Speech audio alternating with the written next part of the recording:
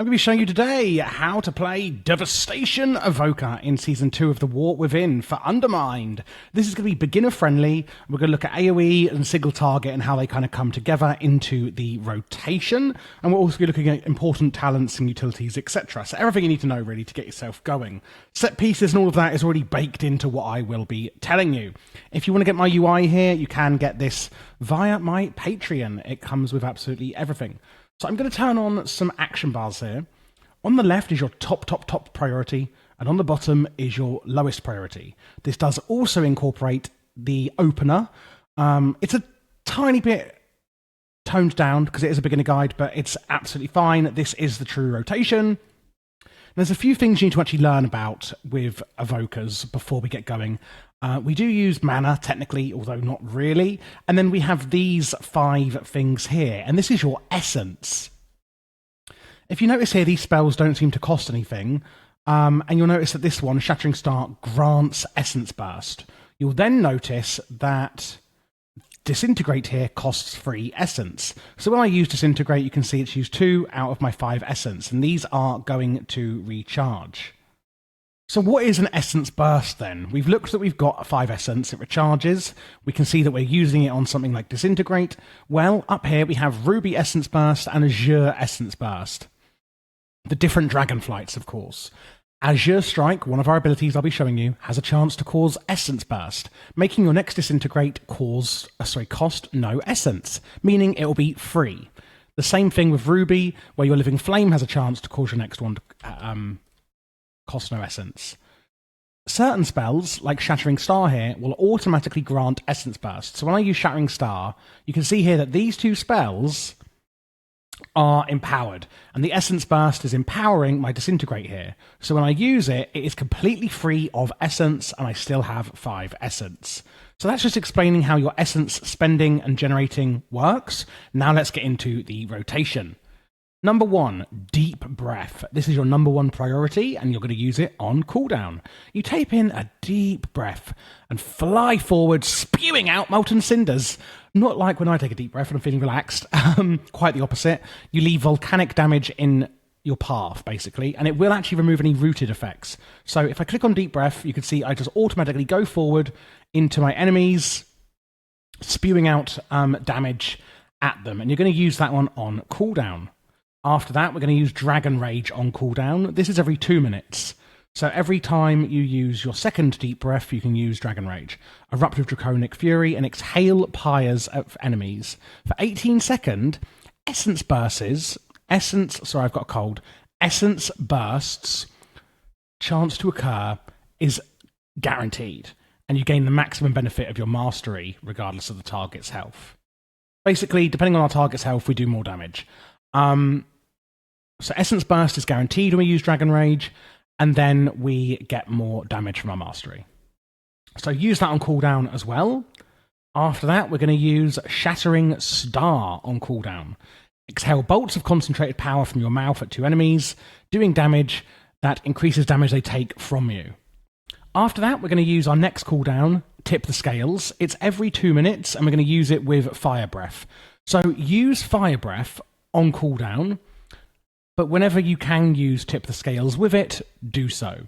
Tip the Scales compresses time to make your next empowered spell cast instantly at maximum empower. So what is an empowered spell and how do they work? Well, Fire Breath is the main one we're using. Basically, can you see on the tooltip it says 1, 2, and 3? Deals damage over instantly and over 24 seconds, 18 seconds, or 12 seconds. Depending on how long we stoke the flames for. So if I click on it and hold down my mouse button, you can see that I'm pumping up 1, 2, and 3. Okay? So that means that I had pumped it up to number 3. Generally, you will be using this at rank 1. So what this is doing, Tip the Scales, is that it's empowering Fire Breath or Eternity Surge. This is another empowered spell, and I'll explain that one in a minute. With Fire Breath now, you'll notice when I click it, it is instant, and it will automatically be at the maximum empower, so number 3, even though it was instant. And that is what Tip the Scales does. After that, we're going to use Eternity Surge on cooldown. Now, what you'll notice here is that in single target, you will also only do this on number 1 in power, because it damages 2 enemies. Obviously, if there's only 1 enemy, we don't want to empower it to damage 4 or 6 enemies, because they don't exist. So you can use Eternity Surge, and if you just click it, it will automatically release at the first in power. Same with Fire Breath, you'll see here. Then we have Disintegrate. This is how we are spending our essence. So tear into an enemy with a blast of blue magic, inflicting damage over a few seconds and slowing their movement speed. This is literally just how we are spending our essence, so do so when possible. And then after that, we have just our 2 other spells, Living Flame and Azure Strike. So Azure Strike is instant, meaning this is your bottom priority, and you basically just use this if you have nothing else to press, or you're on the move because it's instant. Living Flame is actually really interesting. So we use Living Flame, send a flickering flame towards your target, dealing damage. Now, there is an interesting thing about Living Flame as well. If you have multi-targets, like in Mythic Plus, for example, we have this talent here, Leaping Flames. Fire Breath, so this one here, Fire Breath, is going to cause your Living Flame to strike 1 additional target per empower level. By the way, we also have this one here. You see here, Burnout. Your next Living Flame's cast time is reduced, so it's instant. Do be aware of that. Sometimes you will get burnouts. If you see your Living Flame light up, it's an instant cast one. But anyway, back to what I was saying. So if I use Fire Breath at Empower 3, so 1, 2, it's only really for Mythic Plus or multi-target now, I am now going to get a buff here, Leaping Flames. Your next Living Flame will strike 3 additional targets. So when I use my Living Flame, you can see it bounces to both targets. And then when I'm using it now, it's only bouncing to 1. Or it's not bouncing at all, you could say. When you see your Disintegrate light up, that is when you have an Essence Burst. Oh, and now we've got a Burnout, and we can use an instant Living Flame. So if you only have 1 target, you just empower your Fire Breath to level 1, and then your Leaping Flame will just hit 1 extra target, but you don't care because you've only got 1 target anyway. So if you're in Mythic Plus and you have multiple targets to hit, just be aware that you may want to actually pump up your Fire Breath to the maximum so that you can get your Living Flame to hit more targets. It depends how many you're on. Obviously, on a boss in Mythic Plus, you wouldn't care. So just again to recap, top priority, use Deep Breath on cooldown to do the maximum damage. Then use Dragon Rage on cooldown, Shattering Star on cooldown, tip the scales and use it with your Fire Breath, otherwise use Fire Breath on cooldown at number 1 in power. Use Eternity Surge at level 1 in power, unless you're in Mythic Plus, of course, again, you want to damage more enemies. Use Disintegrate on cooldown to literally, well, I say on cooldown, use it to spend all of your essence, including Essence Burst when you get it. And you're basically just going back up the priority list when possible. It's a really, really, really simple rotation that we are doing here. As you can see, doing it right now in front of you. And then using our Living Flame, which will use 300,000 mana, etc. And then again, when we're on the move, we are going to be using our Azure Strike. And that really is all there is to it, to the main rotation. Now let's have a look at the talents that are actually pulling this all together.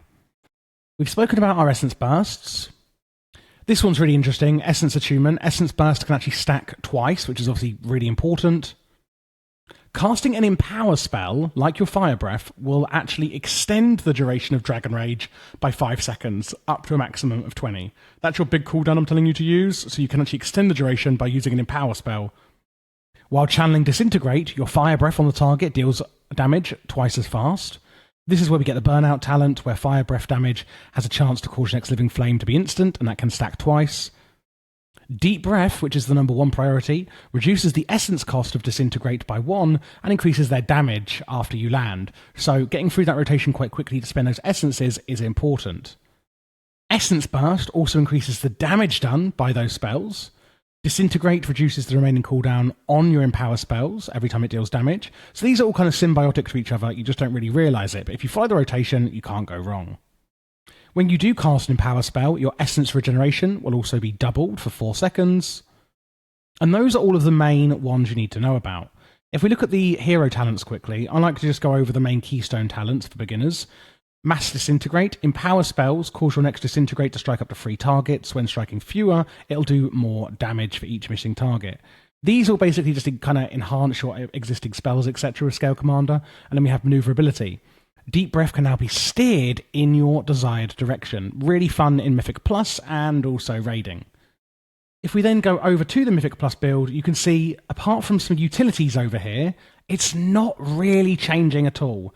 As you've seen, a lot of our abilities already damage a lot of different targets, and with our empower spells, we can hit one target if we use it at a lower empower, or hit more targets if we're using it at higher empowers. So that's really the only difference you're actually changing in Mythic Plus on the trash versus raiding.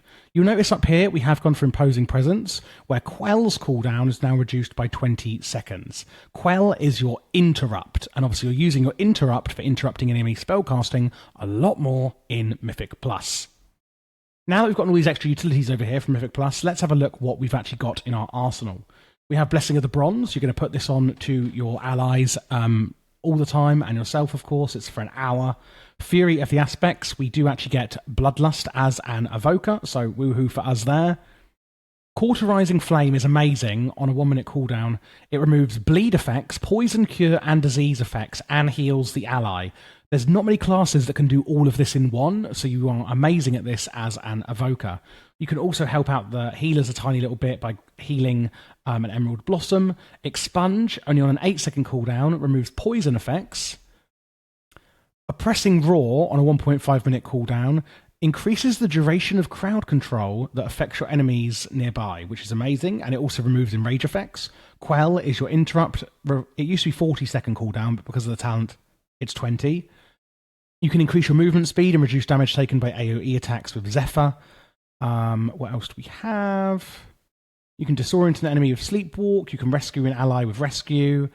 And that is pretty much it. So I would say that... Oh, sorry. Obsidian Scales, which reduces damage taken, is a great defensive as well. Can't believe he forgot that.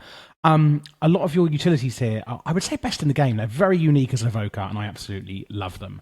But there you go, guys. That is how you play Devastation Evoker in The War Within. I am doing every spec, as I always do. If you're new here, I do every single spec for every single version of WoW.